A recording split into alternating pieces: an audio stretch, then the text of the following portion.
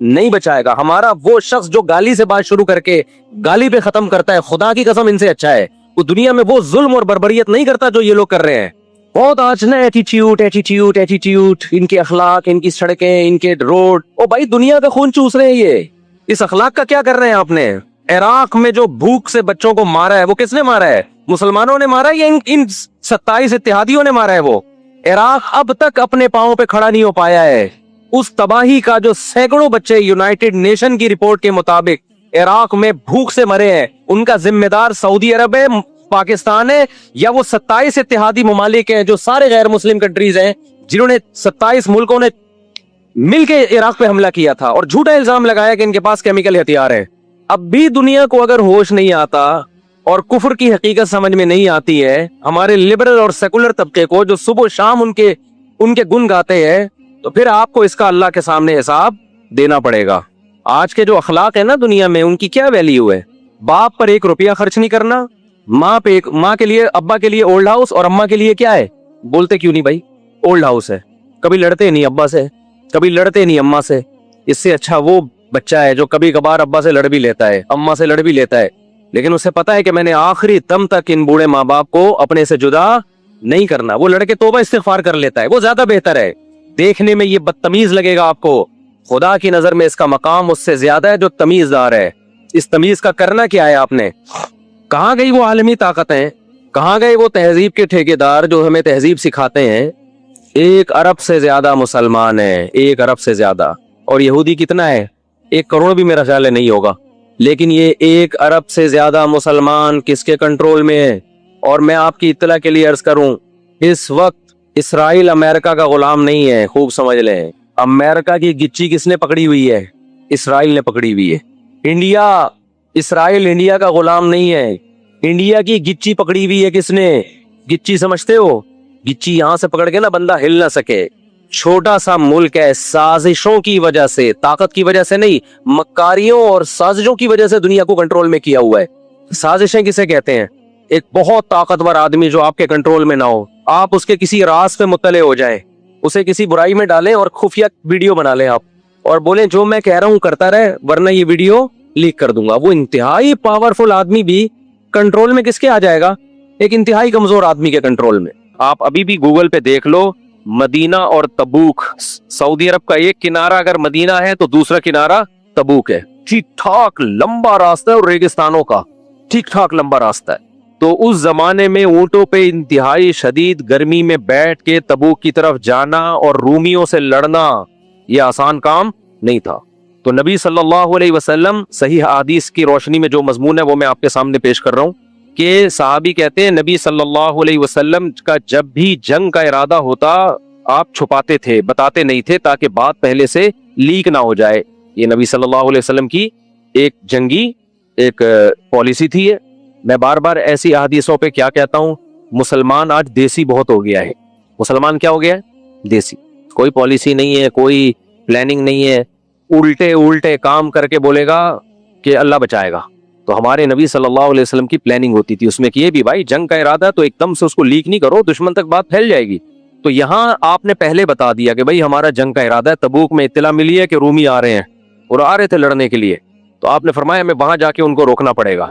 تو اب چونکہ یہ آسان لڑائی نہیں تھی, تو اگر آپ اس کو چھپاتے تو صحابہ تیاری نہیں کر پاتے, تو اس لیے آپ صلی اللہ علیہ وسلم نے پہلے سب کو بتا دیا بھائی تبوک جانا ہے. اب مکہ فتح ہوا ہے, تھکے ہارے بیٹھے ہوئے ہیں کہ بھائی اب مکہ فتح ہو گیا, چلو ساری زندگی جو ہم نے مشکلات اٹھائی ہیں اب اس کا پھل کھانے کا وقت آیا ہے, تو اب بھی نہیں آرام سے بیٹھنے دیا جا رہا. صحیح ہے نا, اب تو بھائی بڑی طاقتوں سے لڑائی. ابھی تو مشرکین مکہ سے فارغ ہوئے ہیں, عرب قبائل سے فارغ ہوئے ہیں, ابھی تو دنیا پڑی ہوئی ہے. اسی سے پتہ چلتا ہے ہمارے نبی ساری دنیا کے سارے انسانوں کے لیے آئے ہیں. ابھی تو دنیا پڑی ہوئی ہے بھائی, ابھی تو لڑائیوں کا وہ سلسلہ شروع ہوگا. محمد بن قاسم جائے گا سندھ فتح کرنے کے لیے تھوڑے دنوں میں, اور اٹلی تک ہماری فوجیں داخل ہو جائیں گی. آپ کو پتا ہے یورپ تابعین کے دور میں فتح ہو چکا تھا. افریقہ میں جہاں بھی جاؤ اسلام, میں تو جنگلوں میں افریقہ کے گیا ہوں, وہاں بھی مسجدیں ہیں. یہ کب آیا اسلام؟ یہ صحابہ کے دور میں آ چکا تھا. ایسے پھیلے ہیں بھائی. تو تبوک میں آپ صلی اللہ علیہ وسلم نے حکم دیا جانا ہے بھائی. اب منافقین پر یہ اتنا شاق گزرا ہے, انہوں نے بولا لو بھائی، کیونکہ یہ وہ ٹائم تھا جب عربوں کی تو زیادہ تر کاشت تھی، کھجور تھی، اب کھجوروں کے پکنے کا ٹائم شروع ہوا تھا. لو بھائی، جب پھل کھانے کا وقت شروع ہوا ہے تو اب چلو کہاں؟ جہاد کے لیے، اور ایک طاقتور قوم سے، اور وہ بھی اتنا دور گرمیوں میں. تو منافقین یہاں کلابازیاں کھان، جن میں کعب ابن مالک تھے، ہلال ابن امیہ تھے، اور مرارہ ابن ربیع رضی اللہ عنہم. یہ تین مخلص صحابی تھے جو ہر جنگ میں شریک تھے نبی کے ساتھ. کعب ابن مالک بھی تھے جو ہر جنگ میں شرکت ہے، صرف بدر میں اس لیے شریک نہیں ہوا تھا کہ وہ تو نبی کا لڑائی کا ارادہ ہی نہیں تھا، ہمیں کیا پتا تھا کہ جنگ ہو جائے گی. اس دفعہ کہتے ہیں کہ میں جب اتنے باغات اور اتنا سب کچھ دیکھتا تھا تو میرا دل اس کی طرف مائل ہو گیا، اور میں سوچتا ہی رہ گیا کہ کل جاؤں گا، پرسوں جاؤں گا، ترسوں جاؤں گا، میرے پاس تو مضبوط سواری ہے، تیز رفتار گھوڑا ہے، میں بعد میں پہنچ جاؤں گا. کہتے ہیں یہ سوچتا رہ گیا اور بالآخر نہیں گیا. تو نبی صلی اللہ علیہ وسلم جب تبوک میں پہنچے، لڑائی تو ہوئی نہیں، وہ بھاگ گئے تھے. تو آپ صلی اللہ علیہ وسلم جب واپس آئے نا لمبا سفر کر کے، تو مسجد نبی میں آپ صلی اللہ علیہ وسلم کی عادت تھی بیٹھنے کی. سفر سے واپس آ کے 2 رکعت پڑھتے اور بیٹھتے، ملاقاتیں کرتے. تو وفود کے وفود آنا شروع ہوئے، منافقین آتے اور قسمیں اٹھا اٹھا کے جھوٹ بولتے ہیں. تو 3 مخلص صحابی، حضرت کعب ابن مالک، ہلال ابن امیہ اور مرارہ ابن ربیع. اچھا، منافق میں جھوٹ سے وہ بات ادھر چلی گئی نا. وہ منافقین آ کے قسمیں اٹھا اٹھا کے جھوٹ بولنے لگے کہ اللہ کی قسم ہمیں عذر تھا، ہمارے یہ مسئلے تھے، ہمارے یہ مسئلے تھے. نبی صلی اللہ علیہ وسلم ان کے ظاہری الفاظ کو قبول کرتے، وَوَكَّلَ سَرَائِرَهُمْ إِلَى اللَّهِ، اور ان کے باطن کو کس پہ چھوڑ دیتے؟ اللہ. جب کعب ابن مالک آئے نا تو نبی نے ان سے پوچھا أَلَمْ تَكُنْ قَدِ ابْتَعْتَ ظَهْرَكَ، اے کعب کیا تم نے سواری نہیں خریدی تھی؟ کعب ابن مالک نے فرمایا یا رسول اللہ، سواری بھی تھی اور کوئی عذر نہیں تھا پیچھے رہنے کا. صاف لفظوں میں اقرار کر لیا کہ مجھ سے غلطی ہوئی ہے. باقی 2 اصحاب رسول تھے، صحابی تھے، انہوں نے بھی صاف سچ بول دیا، بھائی ہماری کوتاہی ہے. نبی نے فرمایا قم حتی یقضی اللہ فیک، جاؤ یہاں سے، تمہارا فیصلہ کون کرے گا؟ اللہ. اس کے بعد نبی صلی اللہ علیہ وسلم نے حکم دیا کہ ان تینوں اصحاب کا بائیکاٹ کیا جائے، ان سے بات چیت بند کر دی جائے. تو حضرت کعب ابن مالک کی صحیح مسلم کی حدیث ہے، غالباً بخاری میں بھی ہے، فرماتے ہیں ایسی حالت ہو گئی تھی کہ قرآن نے اس حالت کا تذکرہ کیا ہے. حتی اذا ضاقت علیہم الارض بما رحبت، زمین اپنی کشادگی کے باوجود تنگ ہو گئی، جیل کی کوٹری لگنے لگی تھی، نہ کوئی سلام کرتا، نہ سلام کا جواب دیتا، نہ دیکھتا. یہ حالت ہو گئی تھی. انہی دنوں میں کوئی غیر مسلم بادشاہ نے خط بھیجا. ایک غیر مسلم بادشاہ کا سفیر مدینہ کی گلیوں میں آواز لگا رہا تھا من یدلنی علی کعب ابن مالک، بھائی کوئی کعب ابن مالک نام کے بندے یہاں پائے جاتے ہیں، کوئی بتائے گا کون ہے؟ کہتے لوگ ہاتھ سے اشارہ کر رہے تھے، وہ بیٹھ. کہتے ہیں وہ میرے پاس آیا، بادشاہ کا خط دیا اور کہا کہ ہمیں پتا چلا ہے کہ تمہارے جو سردار ہیں، تمہارے جو امیر ہیں محمد صلی اللہ علیہ وسلم، معاذ اللہ انہوں نے تمہارے ساتھ بہت نازیبا سلوک کیا ہوا ہے، حالانکہ تم عزت دار آدمی ہو. دیکھو کیسا ورغلا رہے ہیں کہ نہیں ورغلا رہے. اس سے صاف پتہ چلتا ہے کہ جب کچھ مسئلہ اپنے کنٹری میں ہوتا ہے نا تو بیرونی طاقتیں اس کو کیش کرانا شروع کر دیتی ہیں، تو اپنے جھگڑے خود ہی اپنے اندر ہی رہنے چاہیے. کعب ابن مالک اگر پھسلنے والے ہوتے تو یہ موقع تھا پھسلنے کا. وہ ورغلا رہا ہے کہ دیکھو تمہارے ساتھ اچھا سلوک نہیں ہو رہا، تم ہر جنگ میں نبی کے ساتھ شریک، احد میں تم گئے، فتح مکہ میں تم گئے، حدیبیہ میں تم، ہر جگہ تم، اتنی سی ایک دفعہ لڑائی میں شریک نہیں ہوئے اور غلطی مان لی، سوری کر لیا، تو یہ تو نہیں بنتا کہ بائیکاٹ ہو جائے، آپ بات چیت بند. حتیٰ کہ آپ کی بیوی کو بھی حکم دے دیا تھا کہ اپنے میکے چلی جاؤ، ان کو بھی حکم دیا ان کے ساتھ مت رہو، اپنے میکے چلی جاؤ. وہ بھی اپنی والدہ کے گھر آ گئیں، بیوی بھی گئی. تو کتنے دن؟ 50 دن. سمجھ رہے ہیں کتنے دن؟ 50 دن یہ بائیکاٹ رہا ہے. تو جب وہ کہتے ہیں میرے پاس خط آیا نا تو میں نے کہا یہ بھی ایک اور آزمائش ہے میرے لیے. ایک آزمائش تو وہ تھی تبوک میں نہیں گیا، اب ایک اور آزمائش. کہتے ہیں پھاڑ کے میں نے پھینک دیا وہ خط، کیا میں نہیں چاہیے آپ کی مدد؟ سمجھتے ہو گے نہیں سمجھتے؟ تو حضرت کعب ابن مالک رضی اللہ تعالیٰ عنہ اس طرح وہ باقی بھی. تو اب جو باقی 2 صحابی تھے ان کی ایج بھی تھوڑی زیادہ تھی، بوڑھے تھے وہ، تو ان کی بیویوں نے اجازت لے لی کہ ہم اپنے بوڑھے شوہر کو چھوڑ کے جائیں گے، یہ اکیلے ہیں، ان کی خدمت کرنے والا کوئی بھی نہیں ہے. تو نبی نے اجازت دے دی کہ ٹھیک ہے تم ان کی خدمت کے لیے رہ سکتی ہو، لیکن شوہر اور میاں بیوی والا ریلیشن قائم کرنے کی اجازت نہیں ہے. انہوں نے کہا یا رسول اللہ، وہ جب سے ان کو پر سزا نازل ہوئی ہے نا، ان کو کسی چیز کی طرف ویسے ہی رغبت نہیں ہے سوائے رونے کے، اور ان کا کوئی کام نہیں ہے. حضرت کعب ابن مالک کہتے ہیں مجھے ڈر ہوتا تھا اس حال میں موت نہ واقع ہو جائے، نبی ناراض ہیں اور میری موت واقع ہو جائے۔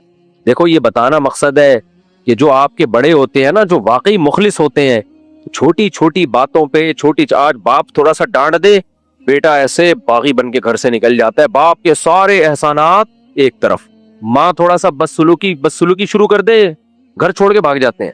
بھائی زندگی بھر کے احسانات دیکھو، یہ آزمائش ہے، برداشت کر لو۔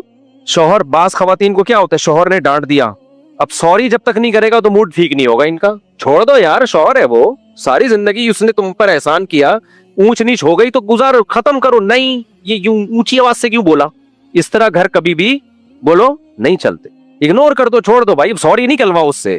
گھر میں جب اکٹھے رہتے ہیں سب کچھ ہوتا ہے، نہیں ایسا بولا کہ اس کو پکڑے بیٹھ جاتی ہیں، پھر اس کو آدمی کو پھر سے بڑا غصہ آتا ہے، یار تو مجھ میں اور غفار بھائی میں فرق کیا رہ گیا پھر، یعنی اجنبی میں اور مجھ میں کوئی فرق ہے ہی نہیں۔ تو تھوڑا سا عورت کو شوہر کا غصہ برداشت کرنا پڑتا ہے، سمجھ رہے ہو، شوہر کا غصہ برداشت نہیں ہوگا تو نہیں چل سکے۔ مرد کو میں اللہ نے فطرتاً غصہ رکھا ہے، اور مرد کو عورت کی الٹی سیدھی باتیں تھوڑی برداشت کرنی پڑیں گی، دونوں میں ایک ایک عیب ہے۔ جلدی سے مثال دے کے بات ختم کرتا ہوں۔ دیکھو کچھ عیب عورتوں میں ہوتے ہیں وہ بہت برے ہوتے ہیں، کچھ عیب مردوں میں ہوتے ہیں وہ بہت برے ہوتے ہیں۔ وہ مردوں والے عیب عورت میں ہوں گے تو شاید اتنے برے نہ ہوں، عورت والے عیب مردوں میں ہوں گے تو شاید اتنے برے نہ ہوں۔ مثال کے طور پر بزدل عورت بھی ہوتی ہے، مرد بھی ہوتے ہیں، لیکن زیادہ برا کون لگتا ہے؟ مرد۔ اسی طرح چیخنا مرد کے لیے بھی برا ہے، عورت کے لیے بھی برا، لیکن زیادہ برا کس کے لیے ہے؟ عورت کے لیے، سمجھ رہے ہو؟ بزدل آدمی ہو اور عورت بھی ہو، آدمی چھپکلی سے ڈرے گا، عورت چھپکلی سے ڈرے گی، زیادہ ذلیل کون ہو جائے گا؟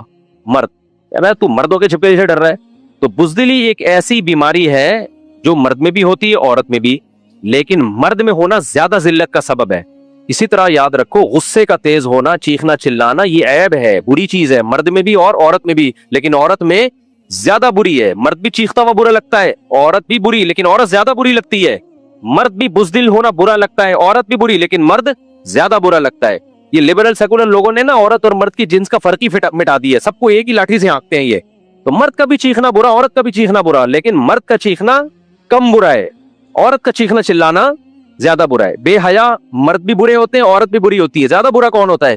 عورت کا بے حیا ہونا زیادہ برا ہے، اس میں تو حیا کے سافٹ ویئر یعنی اللہ نے زیادہ انسٹال کیے ہوئے ہیں۔ کنجوس عورت بھی بری، کنجوس مرد بھی برا، لیکن زیادہ برا کون ہے کنجوسی میں؟ آدمی ہو کے چمنیاں ٹھنڈیاں گن گن کے پوٹلے میں رکھ رہا ہے، یہ زیادہ لعنت بھیجنے کا دل چاہتا ہے اس کے اوپر۔ عورت بھی کنجوس ہے، بری ہے، لیکن اتنی بری نہیں ہے جتنا مرد پہ کنجوسی بری لگتی ہے۔ تو اسی طرح یہ جو مرد جو ہے نا، یہ چیخنا چلانا بہت بری چیز ہے، لیکن یہ تھوڑا سا نیچرل ہے، مردوں کا غصہ آنا، وہ چنگیز خان بن جانا تھوڑی دیر میں۔ اس میں خواتین بالکل اس کو نا وہ بالکل اپنے حساب سے کہ نہیں، جب یہ بلا وجہ غصہ آیا کیوں منہ بنا کے بیٹھ جائیں 3 4 دن، جب تک سوری نہ کروا لیں اس کو سکونی، تو آدمی پھر تھوڑے دنوں میں ڈپریشن میں جانے لگتا ہے، بولتا ہے یار ہو گیا سب سارا اتنا ہمیں نچوڑ لیا ہے تو تھوڑا سا تو بنتا ہے نا، کیا حل ہے، تھوڑا سا اگر اونچ نیچ ہو جائے تو برداشت کرو یار، اتنا ناک پہ مکھی بٹھا کے بیٹھنا، یہ چھوئی موئی والی زندگی دنیا میں کسی کی نہیں گزر سکتی۔ جن سوسائٹیوں میں چھوئی موئی والا سیٹ اپ چل رہا ہے نا، وہ چلتا ہی نہیں ہے سیٹ اپ، تھوڑا سا آڑے ترچے سبھی ہوتے ہیں، اور ایسی طرح سوسائٹی کو چلانا پڑتا ہے۔ پورے سیدھے ہونے کی کوشش کرو گے تو کچھ بھی نہیں ہوگا، تو تھوڑے سے آڑے ترچے ہی چلا کرو، زندگی اسی طرح گزرتی ہے، تھوڑا سا وہ سیٹ اپ، تھوڑا سا ٹیڑھا میڑھا وہ ہے، تھوڑی سی ٹیڑھی میڑھی وہ ہے، ایسے مل کے زندگی کی گاڑی چلتی رہے گی۔ جہاں پورا ہے بالکل کسی کمیٹی میں یا مسجد کے نمازیوں میں کوئی ایک بندہ آ جائے جو چاہتا ہو مسجد میں ہر کام پورا ٹھیک ہو، وہ بیڑا غرق کر دیتا ہے مسجد کا۔ ہر مسجد میں ایک پنچایتی ہوتا ہے کہ نہیں ہوتا؟ بولو، وہ یہی کہ یہ آج یہ صورت کیوں پڑھ لی، وہ باتیں صحیح کر رہا ہوتا ہے، وہ ساری باتیں اس کی غلط نہیں ہوتی، یہ کیوں ہو گیا، یہ چپل ٹیڑے کیوں ہیں، یہ صفائی کیوں نہیں ہوئی، پنکھا کیوں نہیں ہوا، یہ ایسا کیوں نہیں ہوا، امام نے اتنی لمبی نماز کیوں پڑھا دی، آج غلطیاں زیادہ کیوں ہوا، وہ درد سر ہوتا ہے، باتیں وہ غلط نہیں کر رہا ہوتا، لیکن اس میں فالٹ کیا ہوتا ہے بھائی، سارا سب جگہ صحیح کچھ بھی نہیں ہوتا، سب تھوڑا بہت اونچ نیچ چل کے گزارا چل رہا ہوتا ہے۔ تو ایسے لوگ جو بالکل صحیح چلانے کی کوشش کرتے ہیں نا امام کو، ان کو میں کہتا ہوں تو اپنی بیوی کو پورا صحیح چلا کے دکھا دیں، وہاں یہ بھیگی بلی بنے ہوئے ہوتے ہیں، برداشت کر رہے ہوتے ہیں، اور جو آ کے یہاں باتیں کیا کرو نا، میرا اپنی بیوی پہ کرتے ہیں نا باتیں، بیوی پہ مکمل کنٹرول ہے، اور بالکل ایسے میرے ساتھ بکواس کر رہے ہوتے ہیں، یہ جھوٹ بول رہے ہوتے ہیں۔ تو حضرت کعب ابن مالک رضی اللہ تعالیٰ عنہ کو آزمائش میں ڈالا گیا، بقیہ اصحاب کو بھی انہوں نے صبر کیا۔ 50 دن کے بعد نبی پر وحی آئی، آپ صلی اللہ علیہ وسلم نے فجر کے بعد اعلان کیا کہ ان کی توبہ اللہ نے قبول کر لی ہے۔ تو صحابہ دوڑے ان کے گھر کی طرف، نا یہ دور رہتے تھے، دوڑے گھر کی طرف ان کو خوشخبری دینے کے لیے. تو لیکن ایک گھوڑے پہ بیٹھے ایک ویسے دوڑے, ایک صحابی پہاڑ پہ چڑھ کے زور سے آواز مار دی انہوں نے, ٹھیک ہے نا, زور سے آواز مار دی. وَكَانَ الصَّوْتُ أَسْرَعَ مِنَ الْفَرَسِ, کعب ابن مالک کہتے ہیں آواز کی رفتار گھوڑے کی رفتار سے تیز ہے. انہوں نے پہلے ہی آواز مار دی, یا کعب ابن مالک ابشر, کہتے ہیں میں نے فجر کی نماز گھر کی چھت پہ پڑھی, سلام پھیرا تو مجھے آواز آئی, اے کعب ابن مالک خوشخبری قبول کرو. بس کہتے ہیں میں سمجھ گیا کہ میری توبہ اللہ نے قبول کر لی ہے.